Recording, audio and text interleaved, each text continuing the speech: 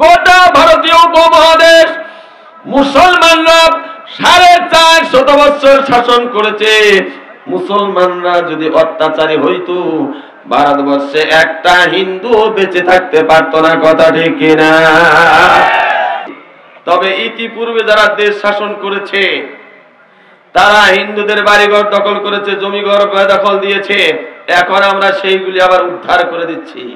আল্লাহু আকবার বলেন।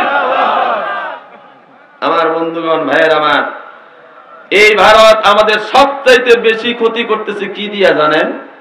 জানবেন? এবার কথা বলেন না কেন? কি দিয়া জানেন? জানতে চান? বলেন দেখি দুই একজনে কি দিয়ে ক্ষতি করতেছে। এক